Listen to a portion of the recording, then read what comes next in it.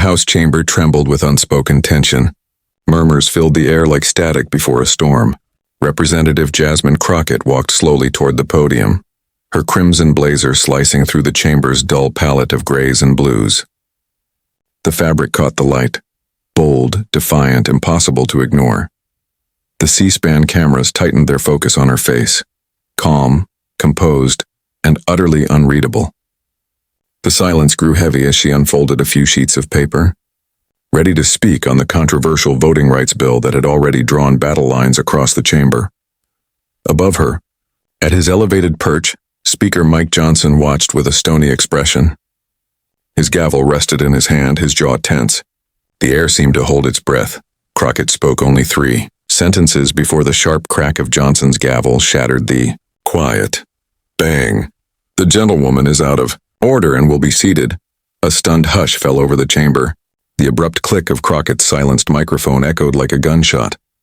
"Mr. Speaker," she called out, her voice steady despite the tension rippling through the room, "I have been recognized for my allotted time." Johnson's reply was swift, cold, final. "The gentlewoman from Texas is no longer recognized and will be seated immediately." Gasps erupted. Heads turned. The C-SPAN feed zoomed in on faces. Shock, confusion, disbelief. Then came the words no one expected. "The gentlewoman from Texas is banned from speaking on the House floor for the remainder of this session." It was as if time froze. Democrats leapt to their feet in protest, voices colliding in chaos. The gallery roared with outrage. Even Johnson's own party members exchanged uneasy glances. No one had ever seen anything like it. Representative Jasmine Crockett stood her ground. She didn't flinch. She didn't blink.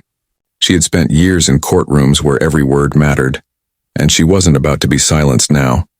Crockett wasn't a politician who rose from privilege. She was a civil rights attorney, battle-tested in the fight for justice, her voice honed by years of standing up to power. Since her first day in Congress, she had earned both respect and resentment for her unrelenting precision. Speaker Mike Johnson, on the other hand, was the embodiment of order and control. A constitutional lawyer from Louisiana, who saw himself as the guardian of discipline in a chamber that had long teetered on chaos. His allies called him principled. His critics called him authoritarian. And today, in front of the entire nation, the two forces, defiance and control, collided. The day's session had been intended to debate the Election Integrity Act, a Republican-backed bill proposing stricter ID requirements and shorter early voting hours. Supporters hailed it as a safeguard for democracy. Opponents warned it was a thinly veiled tool to suppress minority votes. Up in the gallery sat James Lawson, 95 years old, a legend of the civil rights movement, once jailed for marching beside Dr. King. Beside him, Aisha Henderson, 23, a student activist who had registered more than 50,000 new voters across underrepresented communities. For them, this wasn't policy. It was legacy. Speaker Johnson needed order and unity. His razor-thin majority left him no room for dissent. Any sign of division could unravel the fragile control he'd fought to maintain. And Jasmine Crockett, with her eloquence and data, was a threat to that order. "The American people sent us here to restore integrity to our electoral system," Johnson had declared earlier, "not to engage in inflammatory rhetoric that divides our nation." His tone carried warning, not invitation. Now, as Crockett stood at the podium, refusing to yield, the air itself seemed to pulse with electricity. "Mr. Speaker," she said evenly, "with all due respect, there is no rule or precedent that allows the chair to silence an elected representative without a formal vote of this chamber." Murmurs grew into low thunder. Johnson's face flushed red as he raised the gavel again. "The gentlewoman will be seated, or she will be removed by the sergeant-at-arms." Gasps rippled through the floor. Then, Hakeem Jeffries, the Democratic leader, rose. "Point of parliamentary inquiry, Mr. Speaker. Under what rule are you banning a member from speaking without a vote?" Johnson didn't hesitate. "The chair has the authority to maintain order," he snapped. Across the chamber, the House parliamentarians exchanged frantic looks, flipping through rule books. One leaned toward the chief parliamentarian, whispering urgently. The chief shook his head. No such rule existed. "Mr. Speaker," Crockett's voice cut through the noise again, calm but fierce, I had spoken exactly 27 words. What specifically was out of order? Johnson ignored her. His focus was on the sergeant-at-arms. If the gentlewoman does not take her seat immediately, she will be escorted from the chamber. That was the spark. The floor erupted in shouts of point of order and parliamentary inquiry from all directions. Reporters in the press gallery began typing furiously, their screens glowing as headlines formed in real time. Cameras captured the rising storm, one woman, unyielding against an entire institution. Then, from the Republican side of the aisle, a voice broke through the chaos. Representative Tom Cole, the seasoned chair of the Rules Committee, stood up slowly. "Mr. Speaker," he said gravely, "I believe we should consult the parliamentarian before taking such an extraordinary step." Johnson froze, visibly startled by the dissent from within his own ranks. His gavel hovered midair. "The chair has made its ruling," he muttered, but his voice faltered. In the background, the chief parliamentarian tried again to get his attention, his expression concerned, even pleading. Johnson looked away. Then came another voice. This time Jim McGovern, ranking Democrat on the Rules Committee. "I move that the House suspend the rules to hold an immediate vote on whether Representative Crockett should be permitted to speak her allotted time." Gasps. The motion was extraordinary. It required a 2/3 majority, almost impossible under normal circumstances. But this wasn't a normal day. "I second the motion," called Brian Fitzpatrick, a moderate Republican from Pennsylvania. The words echoed like a crack of lightning through the hall. Cameras swung toward him. His colleagues turned, shocked. Fitzpatrick stood firm. This body should decide this matter by vote. The energy in the chamber shifted. It was palpable, a tide turning. Johnson's jaw tightened as the clerk began the roll call vote. Crockett remained standing, silent, her gaze steady on the speaker. Up in the gallery, James Lawson leaned forward, his weathered hands gripping the railing. Beside him, Aisha Henderson's phone streamed live, her feed exploding with thousands of viewers as she whispered, "They're actually voting." Johnson's voice wavered as he announced, "The House will vote on the motion to suspend the rules."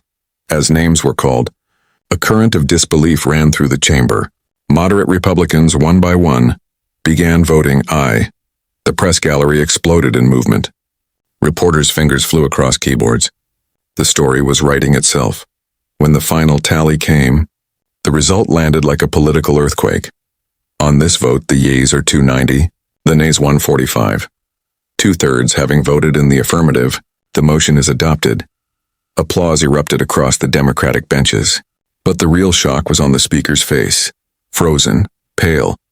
More than 40 Republicans had voted against him. Johnson stood motionless, gavel slack in his hand. The chamber that had once obeyed his command had just defied him, publicly, powerfully, and on live television. "Mr. Speaker," called Jeffries, his voice ringing clear, "I move that Representative Crockett be permitted to speak for her full allotted time, and that her words be entered into the congressional record without restriction." Johnson hesitated, his control slipping through his fingers. He looked around the chamber, saw the faces, the eyes watching him, the power shifting. "The motion is agreed to," he said finally, voice flat. "The gentlewoman from Texas is recognized for 5 minutes." Crockett didn't celebrate. She didn't smile. She simply adjusted her microphone, her posture strong and unbroken. The room fell utterly silent. The woman they had tried to silence was now the one voice everyone wanted to hear. She took a breath, steady, deliberate. Then she began. "Thank you, Mr. Speaker, and thank you to my colleagues and on both sides, who voted to uphold the principle that in this chamber, as in our democracy, every voice deserves to be heard." The words were calm, but they carried like thunder. Even before the next sentences left her lips, those watching could sense. History was unfolding in real time. A tense stillness blanketed the chamber. Every eye fixed on Jasmine Crockett, every lens centered on her face. The only sound came from the faint hum of the microphones and the quickened breath of those who knew they were about to witness something unforgettable. She leaned forward slightly, her voice calm yet commanding. "When I was sworn into this body," she began, "I took an oath, not to a party, not to a leader, but to the Constitution of the United States of America." The words hung in the air like a verdict. I swore to protect the right of every American, regardless of race, class, or zip code, to participate in this democracy, and I will not apologize for standing by that oath. Across the chamber, a camera caught Speaker Mike Johnson's face. The color had drained from it. His fingers tightened around the gavel, but he didn't move. Crockett continued, her voice gaining quiet fire. When my ancestors were denied the right to vote, they fought anyway. They fought knowing that the ballot box was not just a piece of paper, it was a declaration of humanity. They were told to wait, to be patient, to stay quiet. But if they had stayed quiet, I would not be standing here today. The audience in the gallery, students, elders, reporters, even lobbyists, sat frozen. I hear people say, "We just want integrity in our elections." Well, so do I. Integrity is not built by silencing voices. It's built by listening to them. You don't defend democracy by suppressing it. She paused, letting the silence deepen. Every generation of Americans faces a moment when they must decide, will we expand freedom or will we contract it? Will we make this union more perfect or less? Her gaze swept the chamber, her eyes finding Johnson's. "Mr. Speaker, this is our moment." Johnson shifted uncomfortably in his chair. His aides leaned in, whispering suggestions he ignored. Crockett held up a small, worn booklet, the Constitution. Its edges were frayed, its spine cracked. "This document doesn't belong to one party. It belongs to the people, and it says that we the people form this union. Not the privileged few, not the powerful, but all of us." Her voice rose, echoing through the marble chamber. "Every lawmaker in this room has a duty, not to their donors, not to their base, but to their country. And that duty means defending the right to vote, not dismantling it." Applause rippled from the Democratic side. A few Republicans hesitated, then joined in. Cameras swung toward them as their colleagues looked on, stunned outside in the Capitol rotunda. The sound carried, and staffers, journalists, and visitors gathering near televisions, drawn in by her words. On social media, clips spread like wildfire. Within minutes, hashtags like "Our Let Her Speak" and "Our Crockett for the People" began trending nationwide. Crockett pressed on. "You cannot build a democracy on silence. You cannot lead a free people by fear. And you cannot claim to love this country while denying its citizens the right to participate in it." Her tone softened, but her conviction only deepened. "I come from a community that has seen what happens when power forgets the people. We've seen hospitals closed, schools underfunded, lives ignored. And every time we raise our voices, we are told to wait. But democracy does not wait. It demands to be defended, now and always." A murmur of assent swept through the chamber. She looked upward, toward the press gallery, toward the cameras, toward the millions watching at home. Tonight, there are young people out there who will see this moment. They'll see that even in the halls of power, truth can stand unafraid. To them, I say, your voice matters. Use it. Because silence never built a nation, courage did. The final words carried through the air like a wave. We are not enemies. We are Americans. And as long as I stand in this chamber, I will fight for the right of every American to be heard. The room erupted in thunderous applause. Democrats stood first, clapping and cheering. Then slowly more Republicans rose, cautiously at first, then resolutely. Even members who moments earlier had opposed her found themselves moved to their feet. The applause built into a roar that shook the walls. Speaker Johnson sat frozen, the gavel trembling slightly in his hand. He didn't strike it. He couldn't. The chamber had already made its decision. She had won. Up in the gallery, James Lawson wiped a tear from his weathered cheek. "Lord," he whispered. She spoke truth to power. Beside him, Aisha Henderson live-streamed the moment, her phone trembling as comments poured in by the thousands. Iconic. History.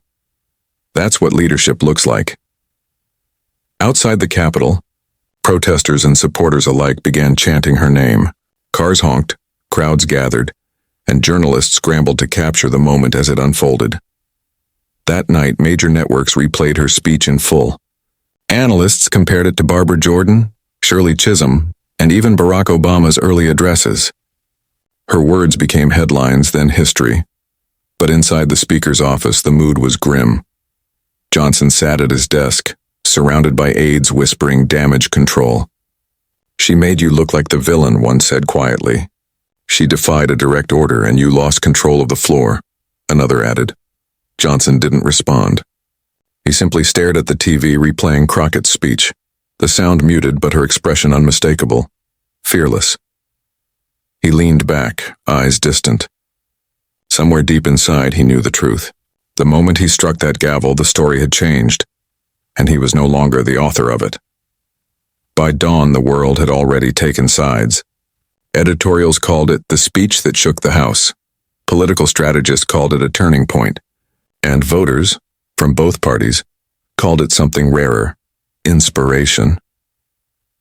When Jasmine Crockett returned to her office that morning, the corridor was lined with staffers, aides, and colleagues. Some applauded. Others simply nodded in quiet respect. She said nothing, offering only a faint smile as she stepped inside. On her desk lay a handwritten note, unsigned, but in careful cursive. "You reminded us what this chamber is supposed to sound like." Crockett folded it carefully and placed it inside her Constitution. Outside her window, the Capitol dome glowed in the first light of morning, golden, resolute, alive.